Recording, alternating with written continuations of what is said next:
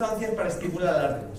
Por lo tanto, es una de las células más complejas y diferenciadas de nuestro cuerpo. Y es tan compleja que para que funcione bien tiene que tener muchas proteínas. ¿Vale? Aquí tenemos, por ejemplo, una visión de lo complejo y de la cantidad de moléculas que intervienen en la fototransducción. Tenemos también que incluso hay otras células que están arriba de los fotorreceptores, que es las células del epitelio pigmentario. Estas células del epitelio pigmentario, pues lo que hacen es ayudar a reciclar una serie de los discos de los fotorreceptores. Los fotorreceptores tienen una serie de discos donde se hace la fototransducción y se van gastando. Conforme se van gastando, las células del epitelio pigmentario lo van comiendo para renovar los discos. Entonces, hay una simbiosis entre estos dos tipos celulares. Si falla uno, pues va a fallar el otro. ¿De acuerdo? Entonces, nuestro grupo, pues nos dedicamos fundamentalmente, o el objetivo de nuestro grupo de investigación es encontrar terapia de estas enfermedades. También nos dedicamos a otro tipo de enfermedades visuales, como son, pues, modelos de glaucoma. Para hacer nuestras investigaciones utilizamos animales que tienen patologías similares a las que están en humanos, y intentamos conocer las patologías y luego, con distintas estrategias, intentar curar a los animales. Eso es lo que hacemos en nuestro laboratorio. Y si esas técnicas funcionan bien, posteriormente se pueden llevar a la clínica en humanos. Utilizamos modelos para estudiar el glaucoma, hay incluso modelos para estudiar pues la ceguera del prematuro, también otros modelos para estudiar retinopatía diabética. Hacemos animales que tengan diabetes y vemos cuáles son las alteraciones en las células y en los fotorreceptores y luego intentar curarlo. Pero también utilizamos animales que tienen retinosis pigmentaria. Son animales que tienen una mutación genética similar a la que tienen en humanos. La verdad que siempre que hablamos de la palabra mutación es como algo peyorativo, y en realidad no es así. Es decir, la palabra mutación genética es una palabra que cuando nos la dicen, bueno, las enfermedades neurodegenerativas son porque tienen mutación genética. Y esa palabra mutación, como siempre la hemos oído en las televisiones y cosas así, parece que sea algo malo. Y en realidad no es nada malo. Porque si no hubieran habido mutaciones genéticas, la verdad es que nosotros o el ser humano no hubiera estado aquí. Es decir, estamos aquí porque hay mutaciones genéticas. Hay mutaciones genéticas muy buenas y que hacen evolucionar a todas las especies, y otras mutaciones que a lo mejor no son tan buenas. ¿Y qué es una mutación? Pues simplemente es que como hay una información genética que está todos conocemos lo que es el ADN por las películas, ¿no?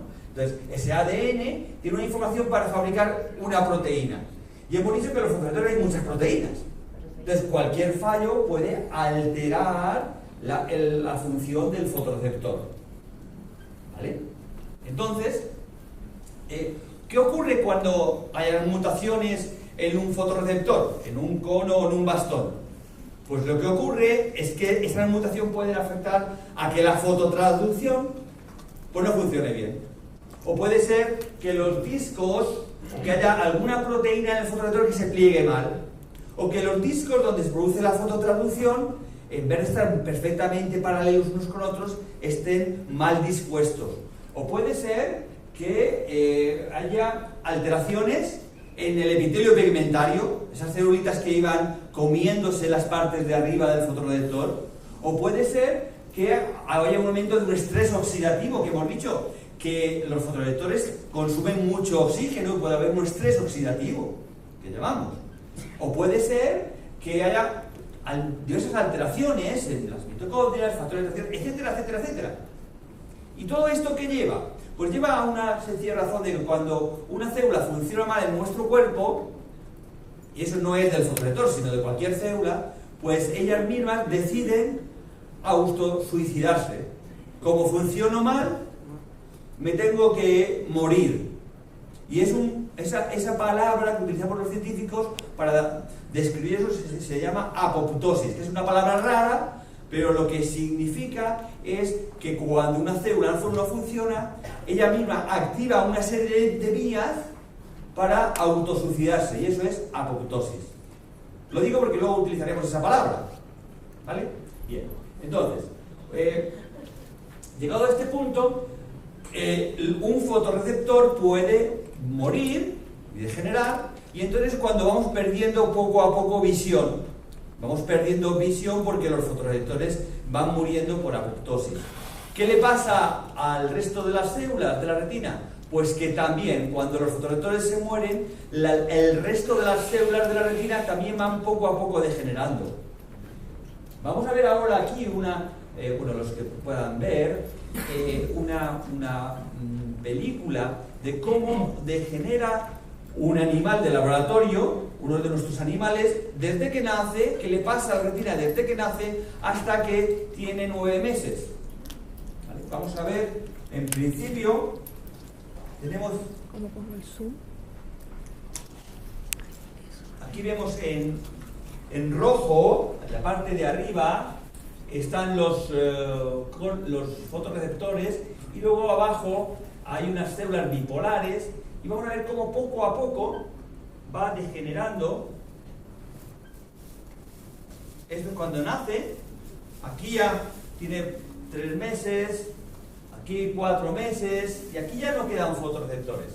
Esto es lo que nos puede ir pasando a una persona, que poco a poco y al final prácticamente no quedan ya fotorreceptores. Quedan algunos pequeñitos, algunos conos, y el resto de la retina también degenera. Y eso es importante, por lo que veremos un poquito más tarde. Bien, entonces, veis que aquí las células van cambiando también de morfología, y les ocurre a estos animales, les ocurre lo mismo que en humanos, que los electroretinogramas, que es una prueba por todos ustedes conocidas, también hay alteraciones. Se produce un cambio en la amplitud, en el registro de los electroretinogramas cuando se van muriendo los fotorreceptores. ¿Vale? Entonces, cada patología específica de retinosis, pues sigue unas fases diferentes. Yo aquí he hecho un pequeño esquema de lo que, y he dividido las fases de la degeneración en 4 fases. El curso de las enfermedades en 4 fases. Esto no es enteramente así para todos, porque hay algunas enfermedades en concreto, pues que a lo mejor se quedan, aunque pierda la visión, se quedan en la fase 1. Pero nos da pie luego a ver algunas terapias. En principio, en la primera fase, podemos decir que, aunque tengamos la mutación, no hay una gran pérdida de fotorreceptores, ni de conos ni de bastones. En la segunda fase, podemos decir que ya empiezan a morir algunos conos, algunos bastones fundamentalmente, pero todo el resto de la retina está más o menos bien. En la tercera fase ya vemos que hay una gran pérdida o muerte de los fotorreceptores, y la retina interna también empieza a atrofiarse. Y por último, en la última fase ya no quedan fotorreceptores y se empieza a desorganizar todo el resto de la retina. ¿Vale? Entonces cada uno incluso podría pensar en dónde está. Fundamentalmente en esta cuarta fase, cuando no hay fotorreceptores ya no hay visión, lógicamente. Entonces cada uno podemos un poco pensar dónde está. Entonces, visto esto, ¿qué podemos hacer cuando se produce esa degeneración? Pues podemos hacer varias cosas.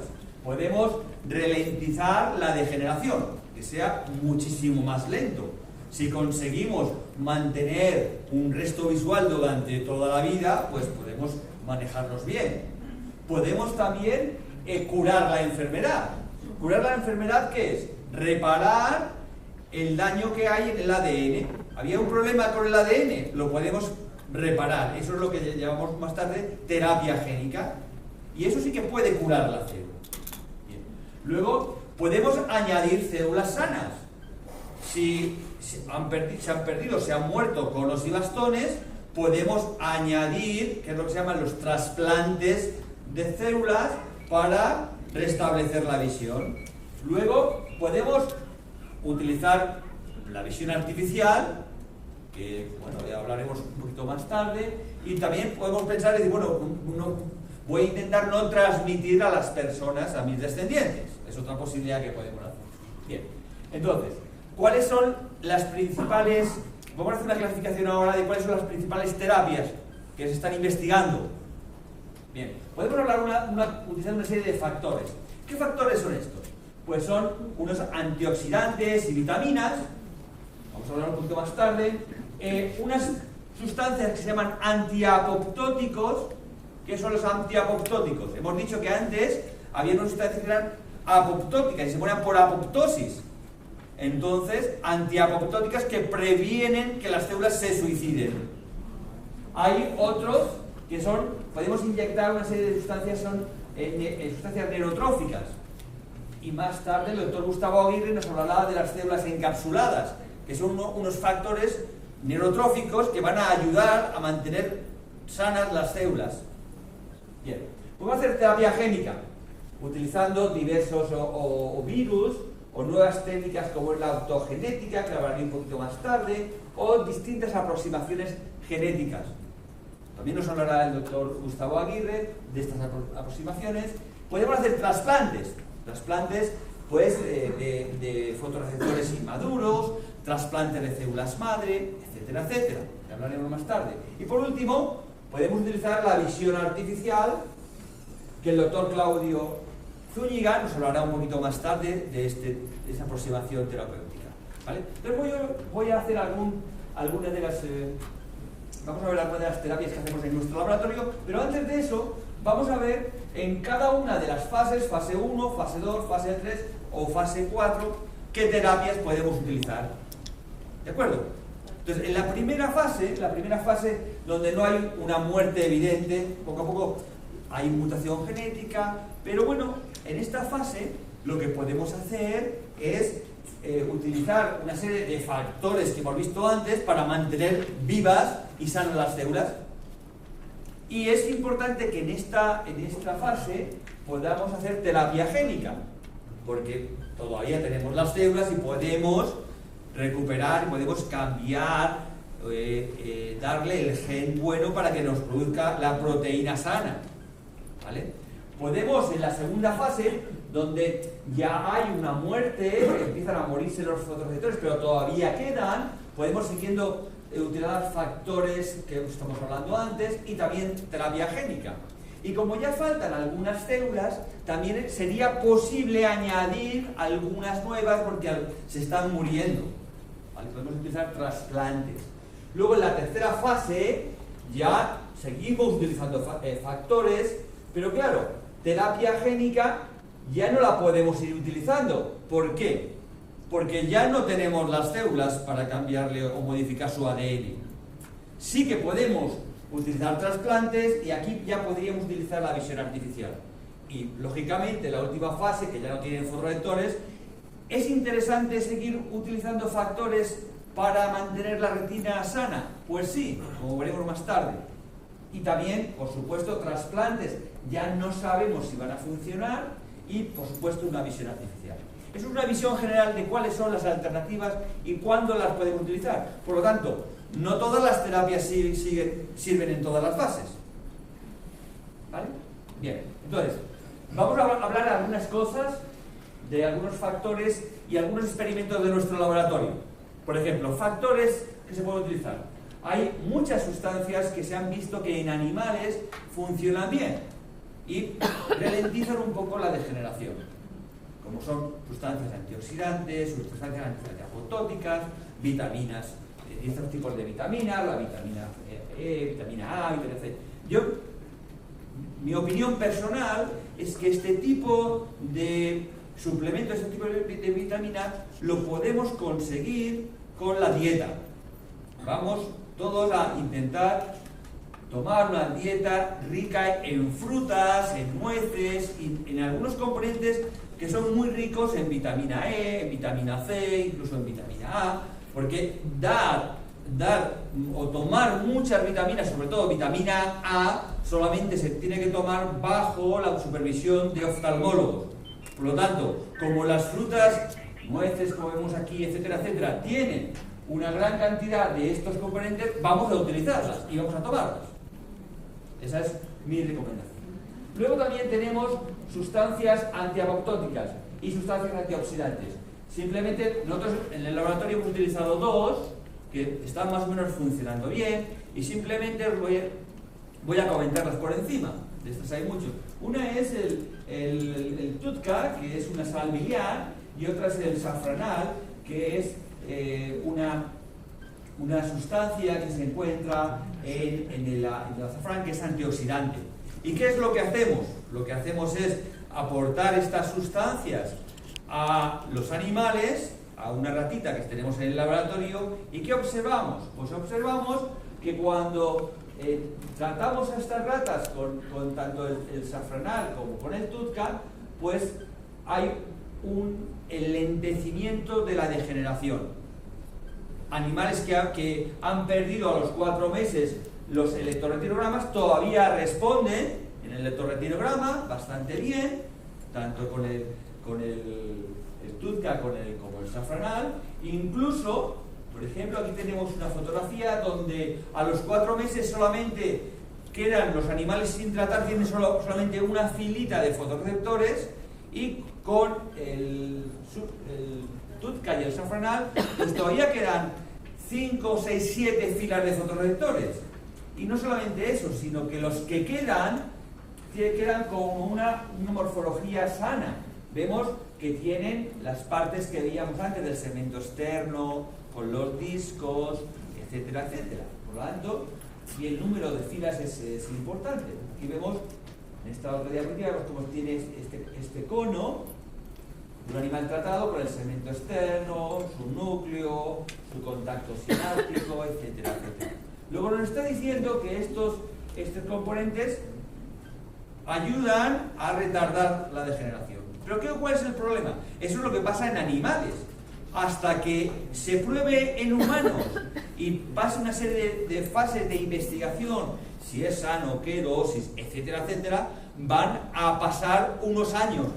Por lo tanto, las pruebas que hacemos en animales posteriormente se tienen que ver si son efectivas, y hay una serie de fases, la fase 1, fase 2 y fase 3 de investigación clínica antes de que se puedan utilizar. ¿Vale? Concretamente, una de estas, el TUDCA, la Foundation Fighting Blindness, va a iniciar ahora un estudio para clínico en humanos. ¿Cuánto puede tardar para que vayamos al oftalmólogo y nos digan tómese esto? Pues no lo sabemos. Tiene que pasar todas esas etapas. ¿Eso qué nos quiere decir? Que no hay que tomar nada, porque por lo que veamos en internet o leamos en cualquier revista científica, no hay que tomar nada si el oftalmólogo no nos lo dice. Porque hay que estar seguro de que eso funciona bien. Como decía antes Cristina con las células madre. Hay que estar seguro, y quien mejor lo sabe es nuestro oftalmólogo. ¿Vale? Bien. También es importante porque hemos visto que estos componentes también ayudan a los vasos sanguíneos en estas patologías, degeneran, y hemos visto que los vasos se mantienen también sanos. Es importante que las células tengan nutrientes y tengan oxígeno, etcétera, etcétera. Y una de las características de estas patologías es que los vasos también degeneran. Hemos visto que también pues, cuando se le administra estos componentes se mantienen muy bien los capilares y no degeneran los capilares. Bien, otra sustancia que hemos visto es la melatonina. La melatonina es una sustancia que es antioxidante, a veces la hemos oído también, y la hemos utilizado porque uno de los problemas que hemos visto es que en estos animales, cuando se hacen mayores, que tienen retinosis pigmentaria, tienen alterados los ciclos circadianos. ¿Eso de los ciclos circadianos qué es? Es que cada uno de nosotros tenemos un reloj interno que nos dice cuándo es de día, cuándo es de noche, cuándo nos vamos a dormir, cuándo nos vamos a despertar, y es un reloj interno. Y es una actividad que está controlada. Y en estos animales lo que ocurre es que hay unos cambios, unas alteraciones de esta actividad circadiana. Cuando damos melatonina se regula esta actividad circadiana. Y también estudiamos lo siguiente. Todos sabemos que en la retina hay unas células que son los conos y los bastones, que son fotosensibles, estimulados por la luz, ¿verdad? Bien, pero hay otras células también que están aquí, son estas células en la retina humana, que también son fotosensibles, que son unas células ganglionares. ¿Y para qué sirven estas células ganglionares? Pues precisamente para regular los ciclos circadianos, para decirnos cuándo es de día, cuándo es de noche, cuándo nos tenemos que despertar, cuándo nos tenemos que dormir, porque estas células, que son unas células que tienen una sustancia que se llama melanopsina, lo que ocurre es que conectan con una parte del cerebro que nos dice cuándo nos vamos a dormir y cuándo nos tenemos que despertar. ¿Y qué ocurre? Pues que estas células están en la retina y se estimulan por la luz. ¿Y todo esto para qué nos sirve? Pues nos sirve para decir que aunque hayamos, o esta es mi opinión personal, aunque hayamos perdido la visión, tenemos que intentar conservar nuestra retina. Es decir, que aunque hayamos perdido nuestra visión, tenemos que utilizar gafas, tenemos que proteger, tenemos que cuidar nuestros ojos, porque aparte de ver, la retina tiene la función de regular los ciclos circadianos, y estas células también lo que hacen es controlar el reflejo pupilar, que la pupila se abre y se cierra con la cantidad de luz, y eso también lo controlan estas células. Por lo tanto, aunque hayamos perdido la visión, tenemos que seguir cuidando nuestros ojos. Para esto, o por si hay una posible terapia futura, que tengamos la retina en unas mejores condiciones. ¿Vale? Bien. Entonces, estas son las células ganglionares. Y hemos visto cómo en esta ratita que utilizamos en el laboratorio hay una muerte de estas células ganglionares fotosensibles. Por lo tanto, hay que cuidar que estas células no se mueran. Los factores neurotróficos con las células encapsuladas nos va a hablar el doctor Gustavo Aguirre. De terapia génica también, pero quiero poner solamente un pequeño adelanto de terapia génica. Es un vídeo, que aquí lo tenéis, y aquí vemos, lo que se ve es un vídeo en el que hay un mono y una pantalla de televisión. Y en este mono, cuando sale un recuadro rojo, el mono le da con la cabecita y le dan un caramelo. ¿Lo veis? ¿Ves? Le da un caramelo. Y este vídeo es importante, pues es muy importante, ¿por qué? Porque en realidad este mono no ve el color rojo. Entonces cuando sale o no veía el color rojo. Cuando sale el color rojo, le pega con la cabeza. Luego sí que está viendo el color rojo. Pero, ¿qué ha ocurrido aquí? Es una especie de mono que los machos no ven los colores rojos y las hembras sí. Y entonces lo que se ha hecho es terapia génica. Se han inyectado en el ojo, se ha inyectado un virus que ha llevado un gen para que los fotoreceptores fabriquen una proteína que va a ir a unos conos rojos. Después de un tiempo estos monos ya pueden ver el rojo. Por lo tanto, ¿qué nos está diciendo? Pues es un adelanto en el cual que la terapia génica puede funcionar. Podemos recuperar las funciones de algunas proteínas que antes no teníamos, incluso habiendo pasado tiempo, que eso también es importante. Bien, y para acabar la terapia génica, nosotros hemos hecho en colaboración con una empresa que se llama ProRetina en España, hemos utilizado otro tipo de aproximación, y es que hay una sustancia que se llama la proinsulina, que parece que también protege de la degeneración. Y lo que hemos hecho, o lo que se ha hecho, es inyectar en el músculo de estas ratitas que se quedan ciegas un adenovirus con un trocito de ADN para que el músculo de ese animal fabrique la sustancia. En vez de tenerla que dársela, el animal va a fabricar esa sustancia, y esa sustancia va a ir al ojo y va a impedir que las células degeneren, que es otro tipo de terapia, ¿vale? Bueno, no voy a dar los resultados, simplemente diciendo que funciona, los electrocitomas están mejor, etcétera, etcétera. Y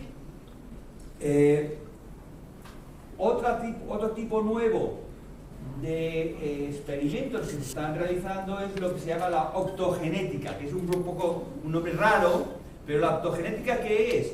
Cuando los fotorreceptores han degenerado, ¿qué ocurre? Los fotorreceptores sabemos que tienen unas sustancias en su interior, que son la rodopsina y las opsinas, que son sustancias que son estimuladas por la luz, ¿verdad? Y es lo que hace que se inicie toda la vía de información visual para hacia el cerebro. Pero cuando los fotorreceptores ya han muerto, las sustancias fotosensibles ya no existen.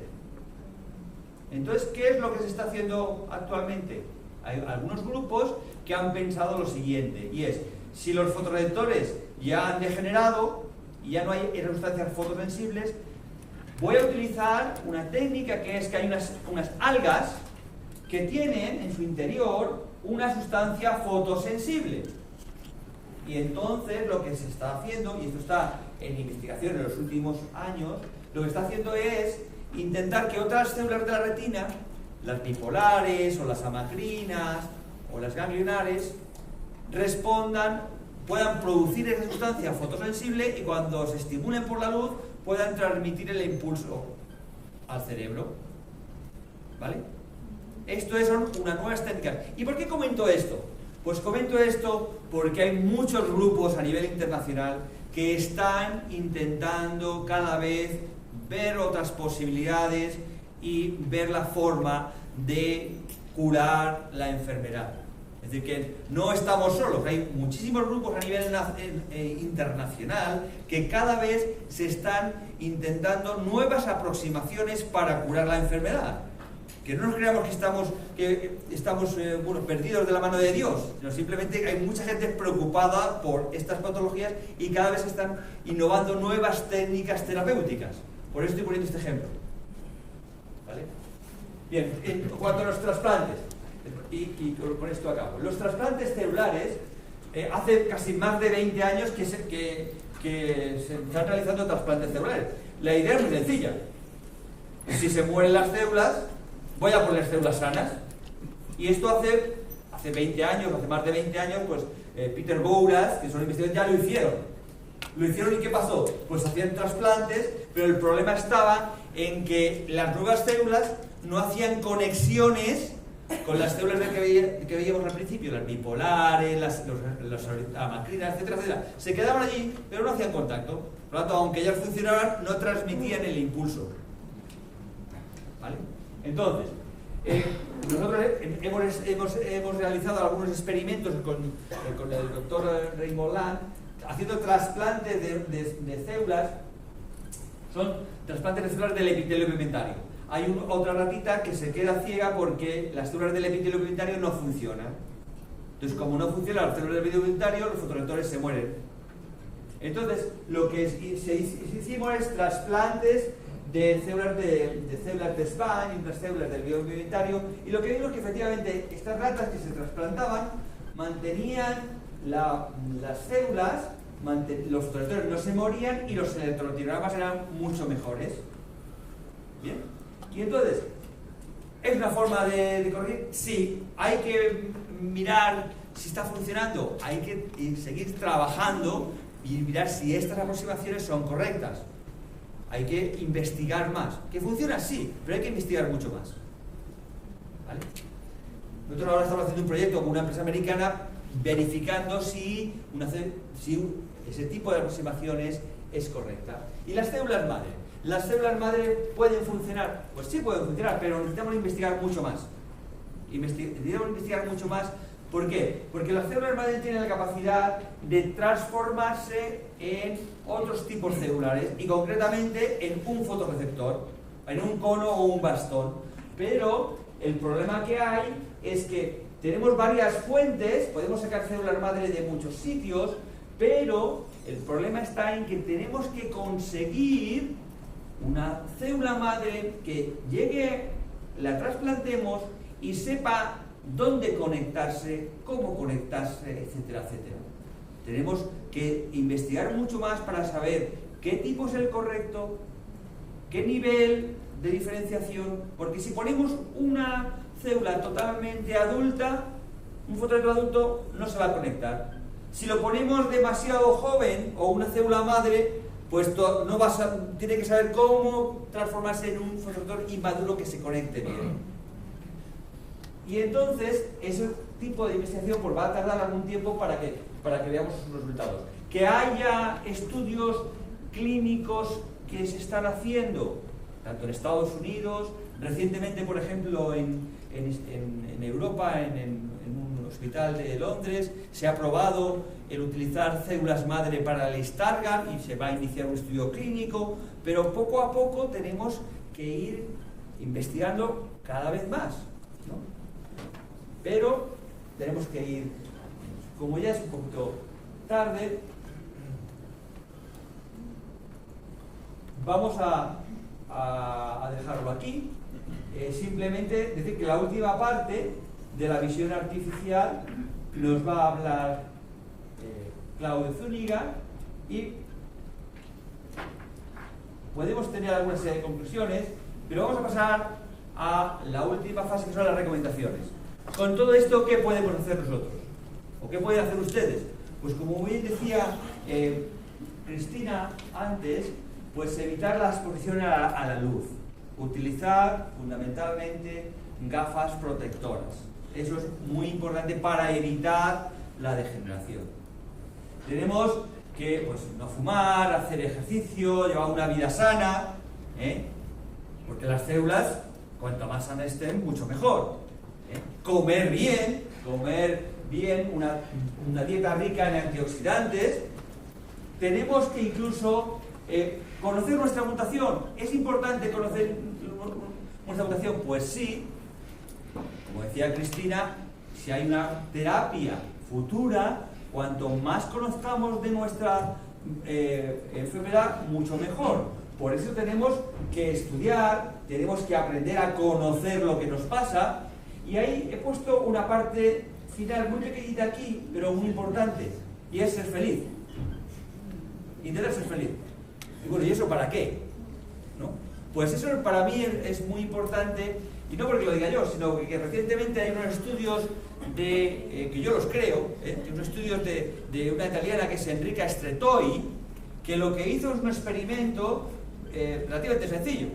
Cogió estos animalitos que tienen esta retinosis pigmentaria, eran unos ratones, y unos los nacieron con varias madres que los cuidaban, los pusieron en una habitación con juguetes y estaban muy felices y bueno, estaban felices y contentos.